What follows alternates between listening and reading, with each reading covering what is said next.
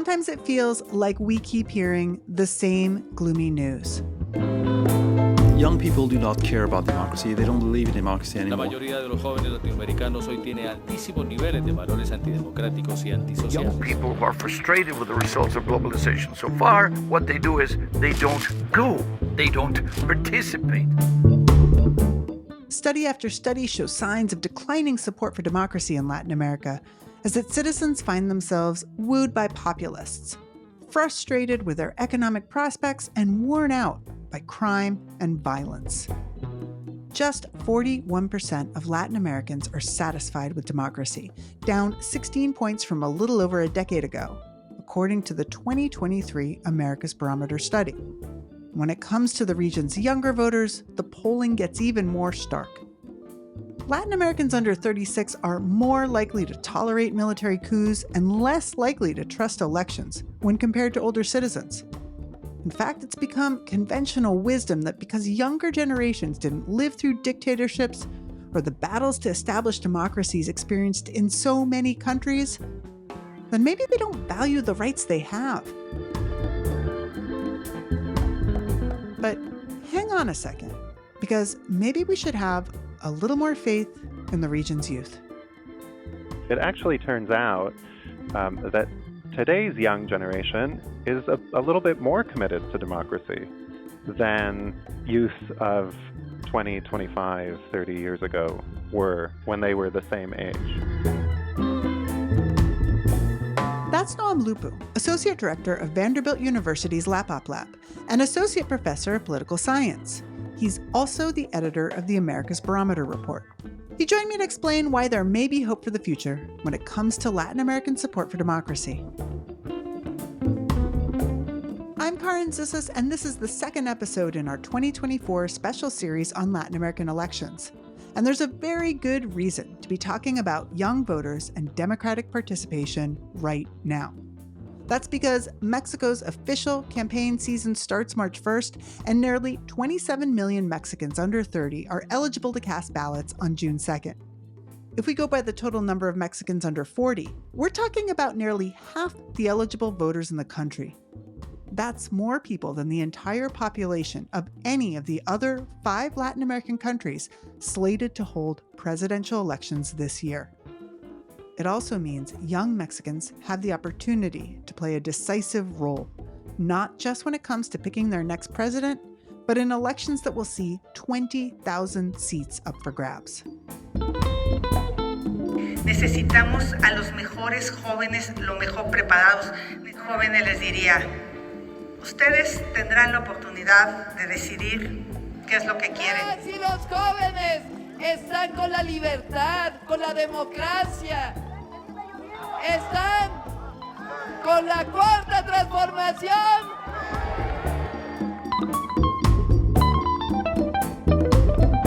Of course, they need to vote if they want to have an impact. I spoke with Alexandra Zapata, director of Me Veo, an organization focused on getting out the vote in Mexico's 2024 election, with a particular focus on younger voters. She talked about Me Veo's work to boost turnout, and she explains that one obstacle when it comes to having younger generations participate is that candidates target messaging to the older voters they think will show up. I think what would be extraordinary in the way we can increase voter participation in June of 2024 is if campaigns turn and look at young voters and what they're concerned about. Make sure you subscribe to Latin American Focus at Apple, Spotify, or your platform of choice so you don't miss an episode. And keep up on our special series on this year's elections. Our first explored El Salvador's expat votes and Nayib Bukele's global reach. Go to as-coa.org/podcast to check it out. And thanks to all our listeners around the world for tuning in, from Guadalajara to Dubai to Sydney. We hope you enjoyed this episode. You're listening to Latin America in Focus. Latinoamérica en Foco.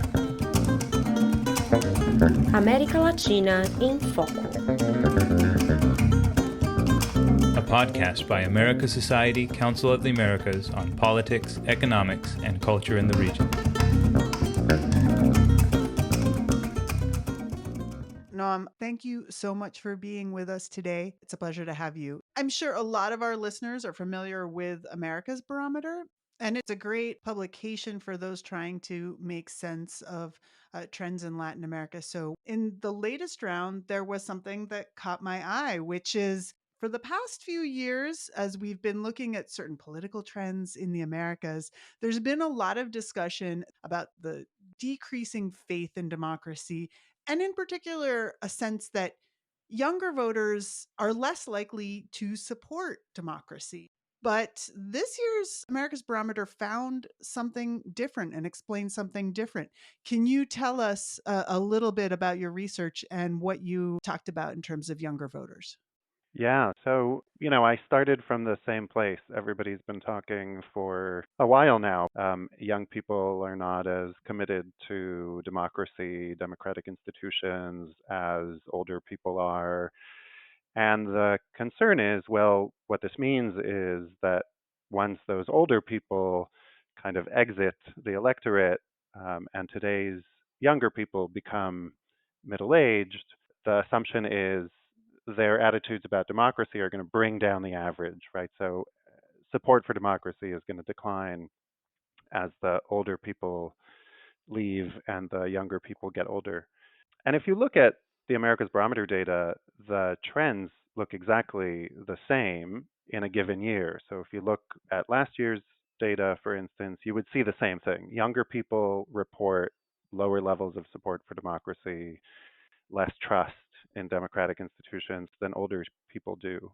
Mm-hmm. But I decided to kind of dig a little bit deeper. And what you realize when you start to think about, okay, what is going on with the younger generation is that you kind of have to account for different things, different sort of trends that might be going on. And the most important thing, I think, is that people might change their attitudes as they age, Hmm.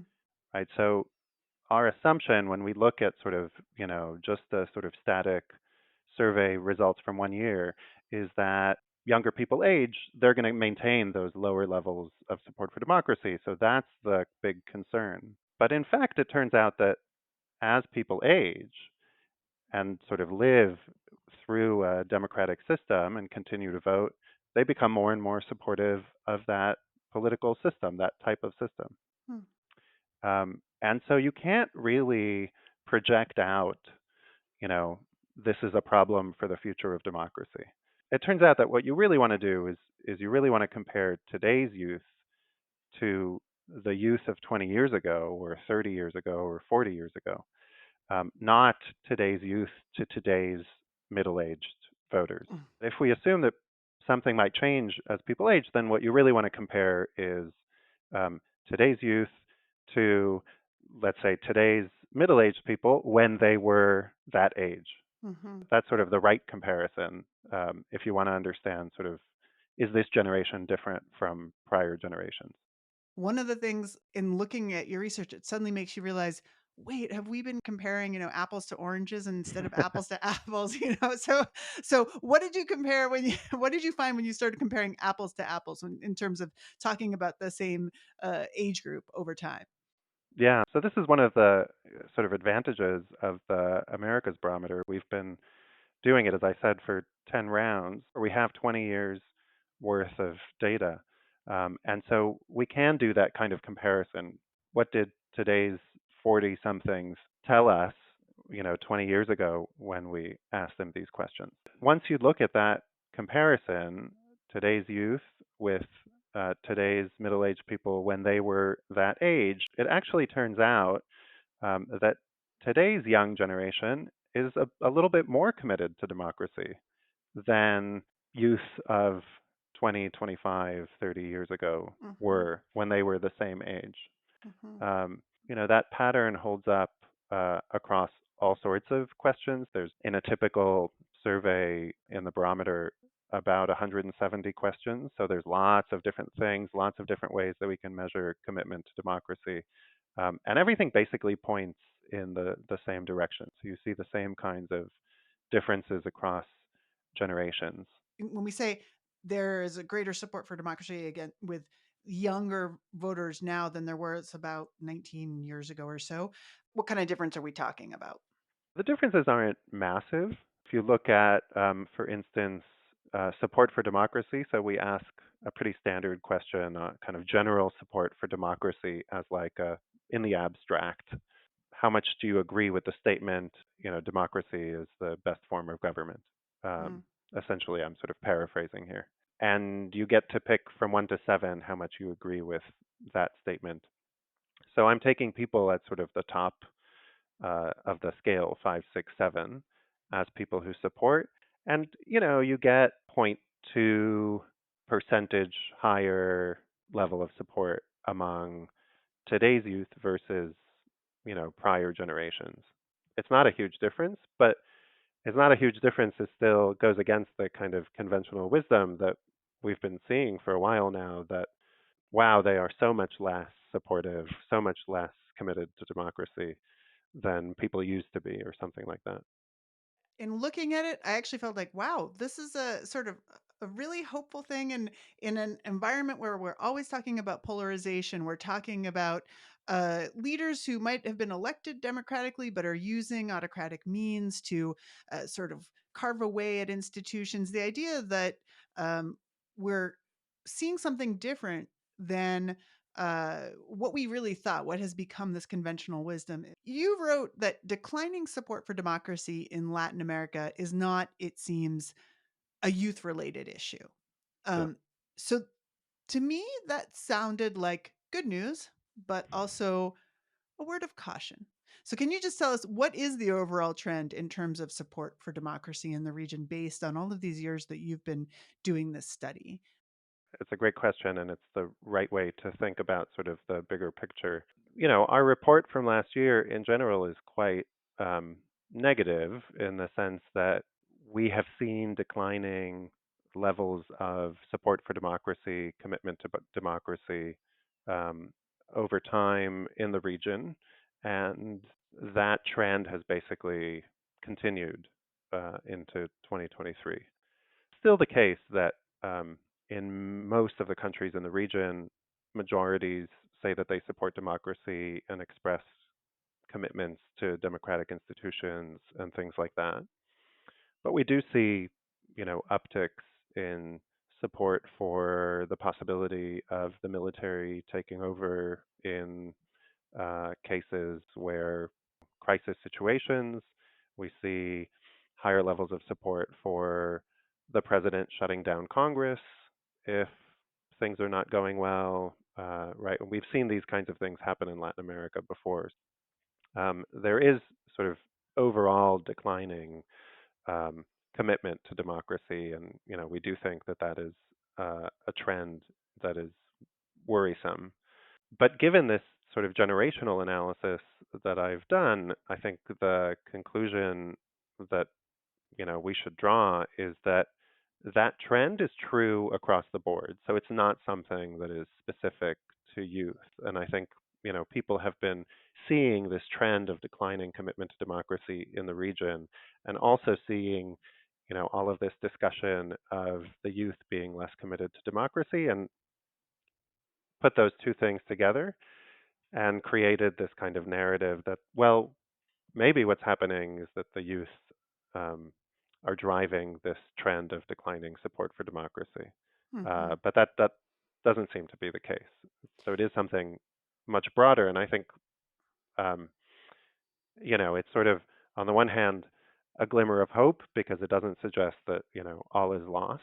And on the other hand, it also suggests that if we want to think about how do we get back to a situation where people are happier with democratic institutions, or sort of more committed to maintaining those democratic institutions or improving democratic institutions, we need to think about something that isn't just the youth, right? It is something about more general that's happening among Latin Americans. It feels to me as though with this discovery, you're kind of scratching the surface with this finding. What kinds of things are you going to be looking for in your future research around youth and support for democracy? Or what sort of things will you be following in your own research in the future? No, that's a great question.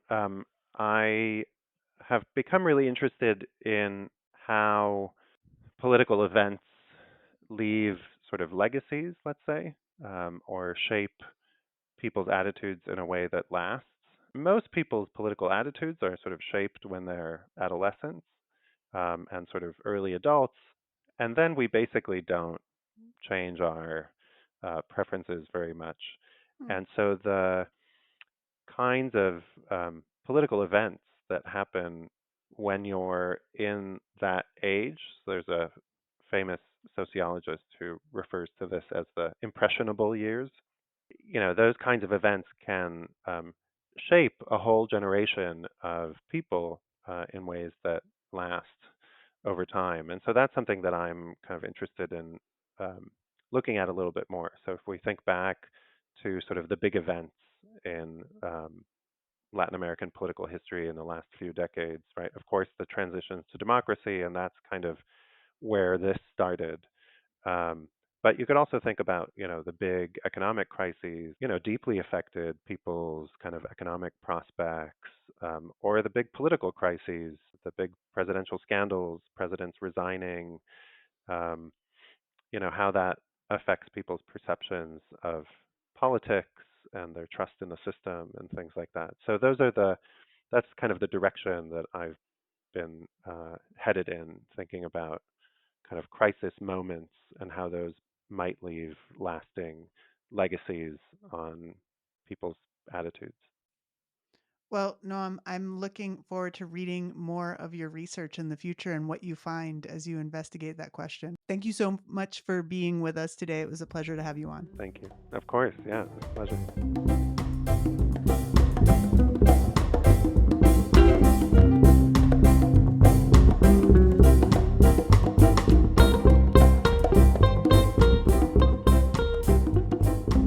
That was Noam Lupu, Associate Director of Vanderbilt University's LAPOP Lab.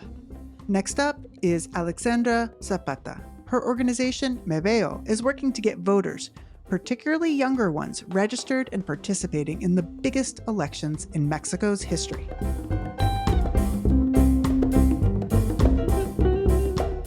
Thank you so much for being with me today, Alexandra. It's so nice to have you with us. And I'm going to ask you a little bit more about Me Veo. How did Me Veo come about? What are you trying to do with Me Veo this year in Mexico's huge election year?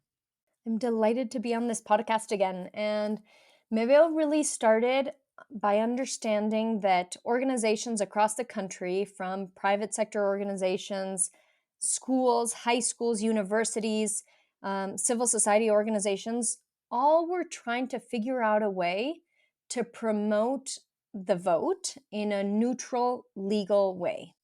When we started off this project saying there's a huge challenge in getting people excited about the elections and participating and making sure that democracy is strengthened in that way, we also realized that because of all the regulation in Mexico, it was hard to really decipher what the path was that would allow organizations to participate in a neutral way in promoting the vote.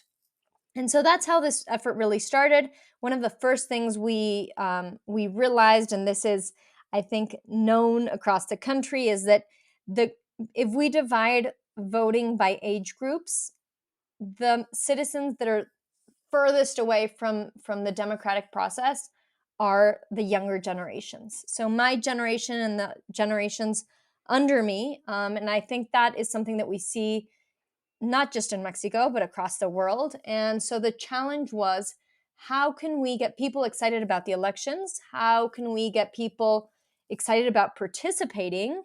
And particularly, how can we talk to these newer generations? And I will specifically say people and Mexicans from the age of 18 to 40 around this election. One of the things that we see is that, at least in the previous presidential elections, 61% of 18-year-olds did go out and vote for the first time. But after that first election, the numbers of people that participate drop down dramatically. And so you go one time and then that statistic plummets. And we don't recover, or we don't make it back to a level of 61% of participation until we're over 40 years old. So what's happening between 19 and 39? And how can we engage those age groups and get them closer to this process? And we're out measuring and trying to understand how to excite people around this cause. And there are lots of barriers to participate. You mentioned a lot of very interesting things about young voters. One thing that's important for listeners to know is that there are about 27 million eligible voters under 30 in Mexico, and nearly half of Mexico's voters are under 40. So we're talking about a really important part of the electorate. And you mentioned something that was interesting to me, which is trying to remain neutral. I know that maybe Mexico doesn't have the sort of polarization problems that you quite see in the United States, but why this stress on in terms of neutrality and trying to remain neutral? I think audiences in the US can completely relate to this. The political climate in Mexico is extremely polarized. And over decades, there have been lots of efforts by different groups in power to dissuade organizations from getting involved in the electoral process. And I think the very strict regulation that we have in Mexico makes organizations very nervous to take part and to talk about the election process. Some of these campaigns that you have in the US that have now become normalized, and I'm thinking right off the bat of efforts from different sports leagues, NFL votes, and you now have that in soccer and in baseball. We don't have that. And one of the biggest objectives that I have with this campaign is to normalize talking about people voting without trying to push voters in one direction or another. Simply saying voting is important, your vote is important, and we want you to participate. And so that's the type of communication that we're building, and we're building it to go directly from our social media feeds directly to young voters. We went out and said, who are the people that you would trust the most to carry a message about the importance of voting? And the result for young people in Mexico are professors and teachers.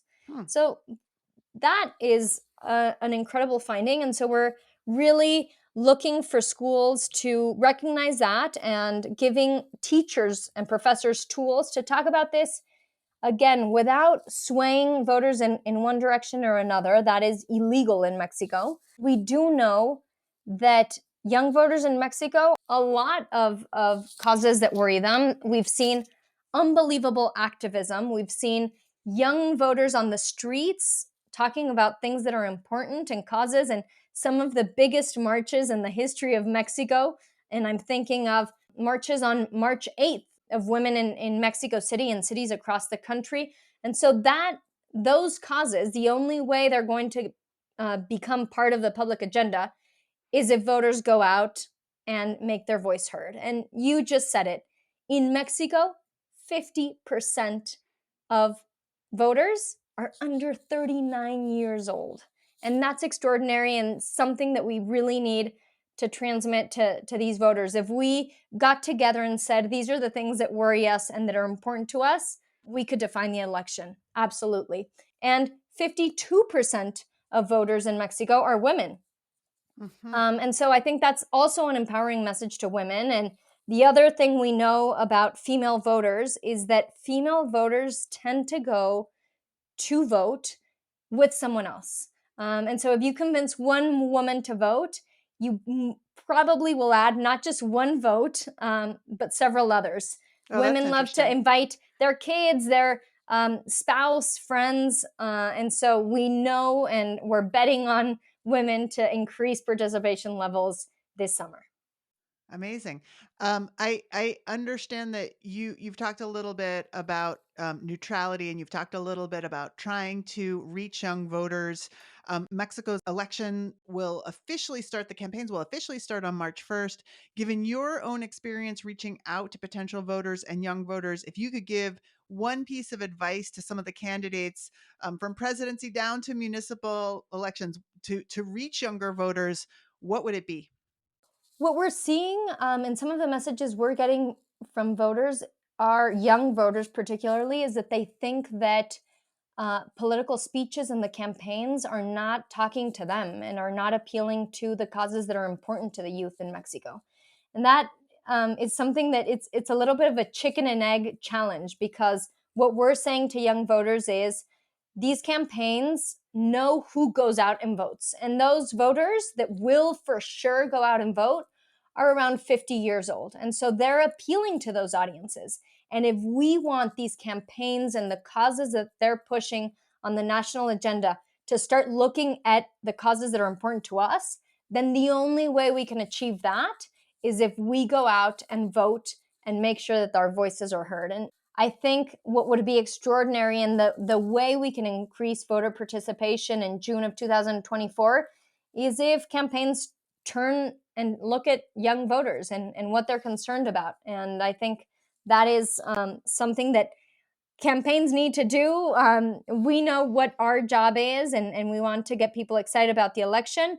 But we also need all the different candidates, not just the presidential candidates, but at all the levels, to get people excited about the election and talk about the importance of showing up in massive numbers. And I think hopefully in this effort to normalize talking about the importance of participation, we'll be able to really build a diverse national collective of organizations that will come out with this same message. One of the phrases that we use is vote for whoever you want, but go out and vote. And in Spanish, it sounds a little bit more eloquent. Vota por quien quieras, pero vota. And so that's the message we'll be pushing across, and hopefully it'll work. I think we'll have to touch base the day after the election to see if all of this really worked, but hopefully it does. Alexandra, I want to thank you so much for taking the time to talk about half of the electorate with us, really, in Mexico, and what some of their interests are, what some of their goals are, and how you're working to get them engaged to participate. Thank you for joining us. Absolutely. Thank you so much for the invitation. Thank you for listening. I'm your host, Karin Zissis. This episode was produced by our executive producer, Luisa Lemmy, with production support from John Orbach. You can find links to the 2023 America's Barometer report and other relevant research in the podcast notes. Access other episodes of Latin American Focus at www.as-coa.org/podcast and send us feedback at latinfocus@as-coa.org. Share and subscribe at Apple, Spotify, YouTube, or wherever you get your podcasts. The music in this podcast was performed by Ernest Ranglin at America Society. Find out about upcoming concerts at musicoftheamericas.org. Opinions expressed in this podcast do not necessarily reflect those of America Society, Council of the Americas, or its members. Thank you.